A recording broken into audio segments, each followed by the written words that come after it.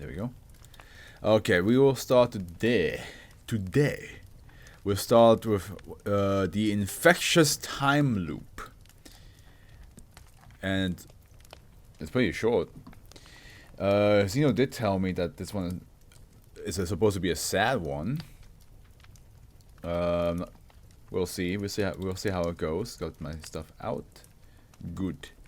Yes, very good. Okay. Euclid. Due to SCP-1950's effect, a warehouse has been constructed with a further 20-meter allowance for any unforeseen addition to its effect. Security cameras and motion detectors are set up around the facility to alert of anyone approaching the warehouse. 2 armed security personnel are to be on duty at all times. No one is allowed to interact with SCP-1950, and any personnel or intruders that do so are considered part of the SCP. Their position is to be noted, and the effect diameter adjusted accordingly. Description: SCP-1950 is a 2-bedroom house consisting of 3 floors, including a basement, situated in Texas. The house is located approximately 20 miles from the nearest town. The surrounding area is barren desert, and no other houses are visible. The state of the house is in moderately poor condition. An example: roof tiles are falling away, other paint is peeling away, plant life in front of the yard is dying or dead, but it is still inhabitable. The house mailbox reads 149, the Thompsons' abode. Did we have the Thompsons before the SCP Foundation logs? Because for some reason, I mean, Thompson's also like a common last name, but in the US, but I'm trying to think if I heard it any time throughout reading the SCP stuff. Thermal imaging suggests that there are 4 individuals in the house. These are believed to be the Thompsons. Dash 1, believed to be Mr. Thompson, is in the basement at a very hot object, the probable cause of the explosion. Dash 2, Mrs. Thompson, can be seen through a window into what is believed to be the kitchen.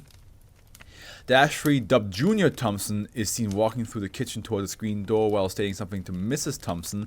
I have a feeling, I already think I know what's happening here. A toddler, Dash 4, is in the cot in the first floor bedroom. Due to SCP-1950's, 1950's anomalous properties, further inspection into the house and basement is limited by the view from perimeter of its effects. Full description can be found in Addendum 1. SCP-1950 is stuck in a permanent 4-second time loop, which at the climax rewinds to the beginning. The timeline of the 4 seconds is as follows: 0 to 1 second. Dash 2 is washing up dishes at a sink in the kitchen. He remains at this position the entire time. Dash 3 enters the room. Dash 1 makes a rapid motion as if to throw something. 1 to 2 seconds. Dash 3 moves through the room and briefly converses with Dash 2 as he moves to the back door. Dash 1 begins to move rapidly towards the stairs. 2 to 3 seconds. Dash 3 begins to open the door. Dash 1 ascends half the stairwell. 3 to 3.5 seconds. The large heat signature in the basement grows by 10%. 3.5 to 4 second. An explosion that originates from the basement rips through the house with large fireballs breaking through every window. There are no survivors. The explosion reaches approximately 2 to 4 meters out before the loop winds at the same speed.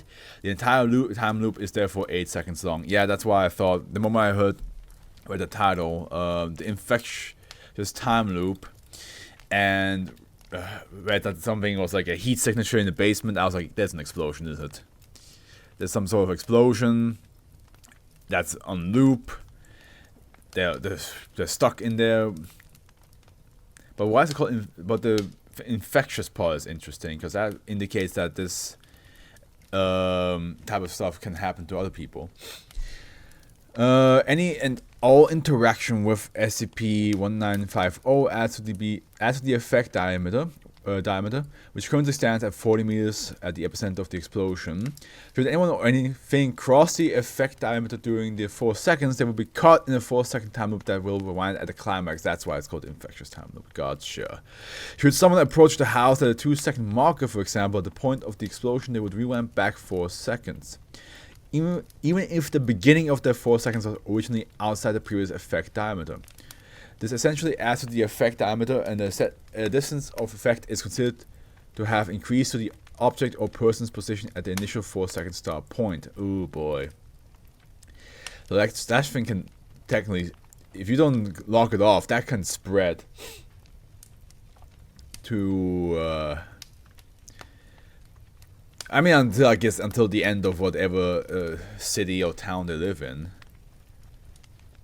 It's in Texas. Might be a city that they live in, so that could maybe not. Maybe it's more like a small town.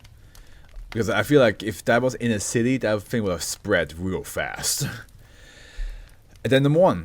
Dash from Mr. Thompson. The appearance of Mr. Thompson is limited to the size of the windows into the basement. He is a Caucasian male, approximately 30 to 40 years old, of medium build and about 180 centimeters tall.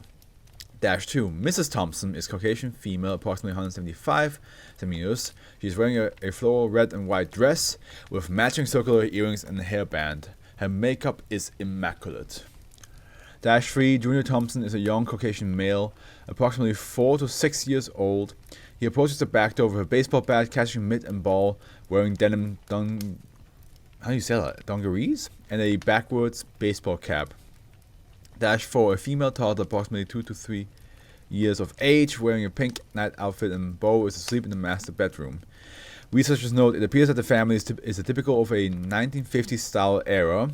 The interior and family structure, from what we can see, is very stereotypical of a nuclear family, a housewife, a father, and 2 kids. The elder being an older brother. The interior is bright and colorful, with many appliances familiar to a 1950s household. It suggests this event has been playing over for the last 60 years. It is surprising that no one has discovered or interacted with it sooner, which is a blessing in disguise. And as peculiar as this is, it doesn't bring us any closer to how it keeps repeating itself. The only thing this is useful for is being able to set your watch to it. Addendum 2.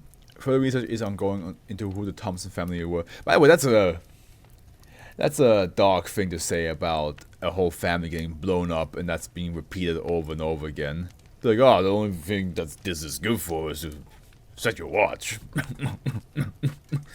Yeah. We have fun here at the Foundation. You know, like, that's a pretty messed up thing to say. Search through census records of the local town put the Thompson family at 149 Avenue and contained the archived photo. No other records pertaining to the family or events of that time are known to exist. And that's the first one. Yeah, no, it's well, it is sad, that's for sure, because it's like these family are reliving. Well, I wonder if they are aware that they are reliving the death over and over again, or if that's just like, or if the memory gets refreshed every time they reach back to the original 4 seconds.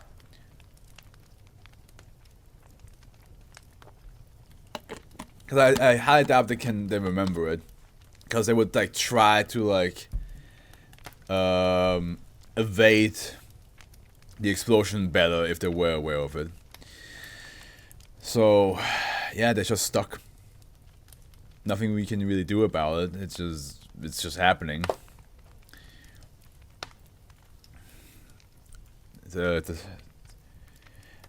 And the fact that it spreads, that it can spread, is pretty scary if you think about it. Because that would mean that like a moment, like for a short moment, you are living life, just doing what you always do, and next thing you know, well, actually not next thing you know, you don't know, you are stuck repeating the same 4 seconds for all eternity,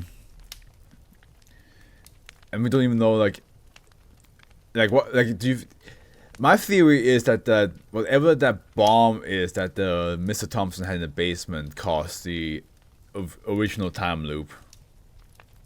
Because it did say that it's connected to the explosion itself. If you're in the radius, you get infected with the time loop as well. So whatever kind of bomb this person made, got,